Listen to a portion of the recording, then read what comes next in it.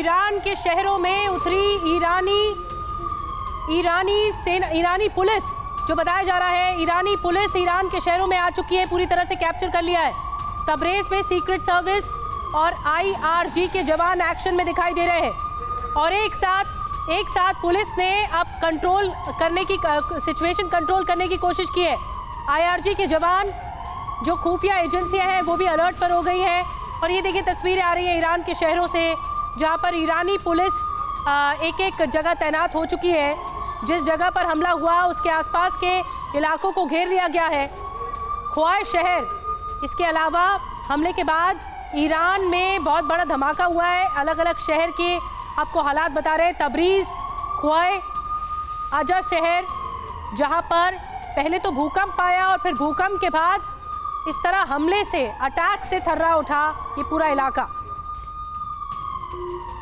6 शहर जहां पर ड्रोन स्ट्राइक हुआ है, ड्रोन से हमला किया गया है।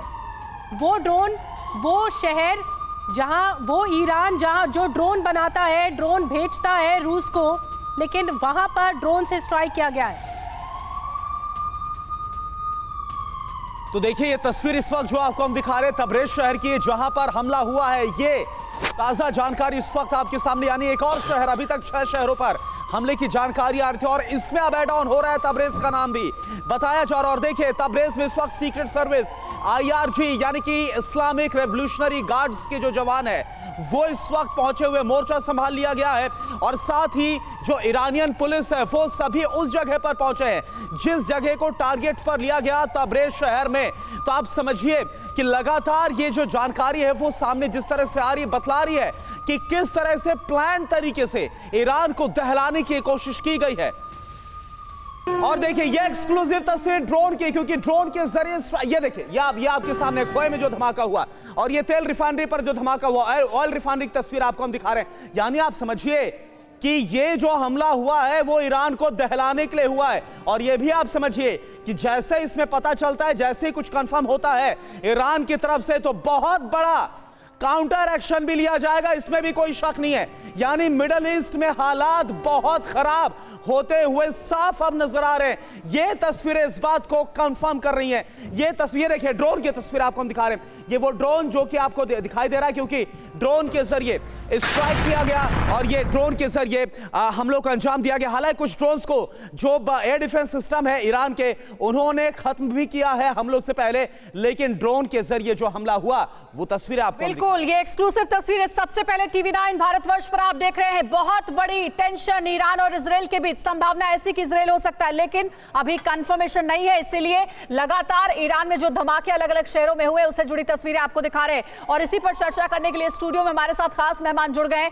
मेजर जनरल रिटायर्ड जीजी द्विवेदी, रक्षा विशेषज्ञ, हमारे साथ जुड़ेंगे। कर्नल US राठौर जुड़े हुए हैं स्टूडियो में, रक्षा विशेषज्ञ, और professor Sumit Jha, foreign expert, हमारे साथ जुड़े हुए हैं। साथ ही प्रोफेसर संजय भारद्वाज भी फॉरेन एक्सपर्ट हमारे साथ शामिल होंगे, और air marshal retired PK Srivastava sir, रक्षा विशेषज्ञ, हमारे साथ शामिल होंगे। आप सभी का स्वागत है। सबसे पहले संजय भारद्वाज सर हमारे साथ है, लेकिन राठौर सर मैं आपके पास आना चाहूंगी।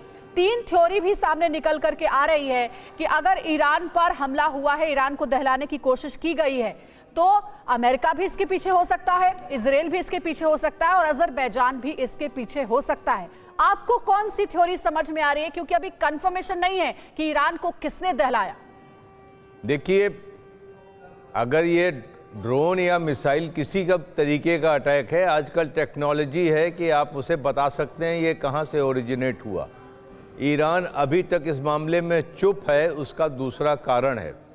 लेकिन इस बात को समझना ज़रूरी है कि इसके पीछे बड़ा कारण क्या हो सकता है। 26 जनवरी को जुनिपर ओक नामक US और इजराइल के बीच में मिलिट्री एक्सरसाइज होती, जो इतिहास की सबसे बड़ी एक्सरसाइज थी। उसके बाद 26 जनवरी को ही इजराइल पैलेस्टीनियंस के रिफ्यूजी कैंप में अटैक करता है और 7 टेररिस्ट को मारता है, और 27 जनवरी को रात में पैलेस्टीनियंस इजराइल में अटैक करते हैं। खैर, तो यहाँ पर जो है ईरान के ऊपर जो अटैक है, इसके पीछे कारण सिर्फ यही है कि वो यूक्रेन में रूस का साथ देने से गुरेज करे। और बड़ी ये बात आप कह कहना रहे कि हैं हमें राठौर सर। अभी तक पता नहीं किसने अटैक किया है, ये गलत है। ये कहां से ओरिजिनेट हुए हैं ईरान को साफ मालूम है। अजरबैजान की इतनी ज़्यादा कैपेबिलिटी नहीं है। ये अगर ओरिजिनेट हुए हैं तो मैं समझता हूं यानी आप कि कह रहे हैं कि इजराइल राठौर सर, अगर आप ये कह रहे हैं कि अगर ईरान को ये पता है कि कहां से ओरिजिनेट हुए हैं, तो फिर ये भी पता होगा कि किसने हमला किया और जो अदावत थी या दुश्मनी थी वो किस लेवल तक थी, क्योंकि ईरान भी जानता है कि वो यूरेनियम की लिमिटेशंस को क्रॉस करने की कोशिश कर रहा था, अपने परमाणु लिमिटेशंस को क्रॉस करने की कोशिश कर रहा था। संजय भारद्वाज भी इस वक्त हमारे साथ जुड़ गए हैं। भारद्वाज सर, आप क्या समझते हैं, क्या वाकई ये ईरान को लगाम लगाने के लिए अटैक किया गया? हालांकि पुष्टि नहीं है कि किसके जरिए अटैक किया गया, लेकिन जिस तरह के फ्रंट खुल रहे हैं, जो कूटनीति सामने आ रही है अमेरिका की, या फिर इजराइल जिस तरह से कोल्ड वॉर की सिचुएशन में था ईरान के साथ, और ईरान रूस का साथ दे रहा था, तो ये मुश्किल नहीं अंदाजा लगाना कि कहां से अटैक हुआ होगा। नहीं, बिल्कुल ये बात तो साफ साफ है कि इस बात से हम नजरअंदाज ईरान नहीं है। ईरान को पता है कि कहाँ से ये अटैक हुआ है, क्या ओरिजिन है।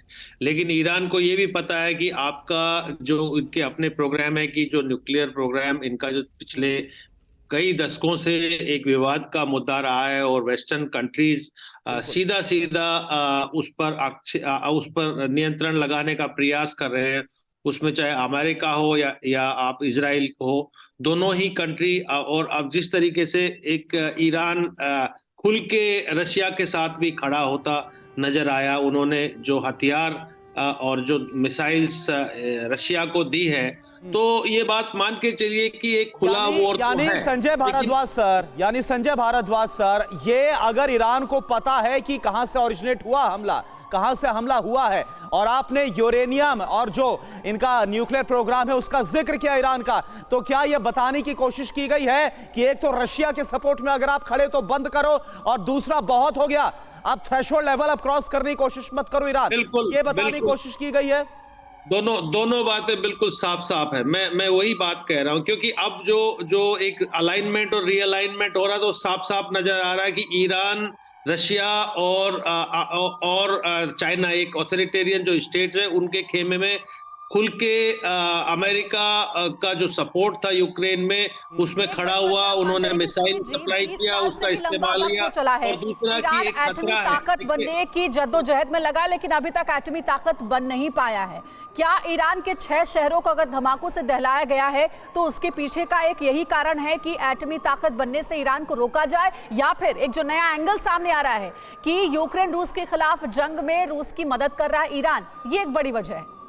दोनों बातें मुझे साफ से मेरा सवाल है। आ रही हूं संजय सर। कि ईरान के न्यूक्लियर प्रोग्राम को रोका जाए इस अटैक के द्वारा, तो मुझे ऐसा नहीं लगता है। ये एक संकेत हो सकता है, ये दिखाने का कि आप किस सीमा तक आप जा सकते हैं, हम आपको टॉलरेट कर सकते हैं। लेकिन ये सारी मुद्दा तब उठेगा जब हमें ये पता चले कि आखिर इस अटैक किसने किया है। थोड़ी देर के लिए मान लीजिए कि अभी कुछ समय के बाद ये पता चले कि इजराइल ये कहे कि इस अटैक का जिम्मेदारी लेता हूँ, तो बात कुछ स्पष्ट होगी। कुल मिला के अभी की स्थिति ऐसी बन रही है कि इसको थोड़ा सा ऐतिहासिक पृष्ठभूमि में हम देख लेते हैं, तो कुल मिला के ऐसा लग रहा है कि इजराइल, मान के चलिए थोड़ी देर के लिए ये अटैक इजराइल कराया होगा, तो ऐतिहासिक रूप से इजराइल और ईरान के बीच का जो संबंध है वो अच्छा नहीं रहा है। इसका अलग अलग कारण है। फ़लस्तीन को वो सपोर्ट कर रहा है ईरान हमेशा से इजराइल को कभी स्वीकार नहीं किया। ईरान की नीति रही है कि इजराइल को ध्वस्त कर दिया जाए, इस दुनिया से ख़त्म कर दिया जाए। इजराइल ठीक है।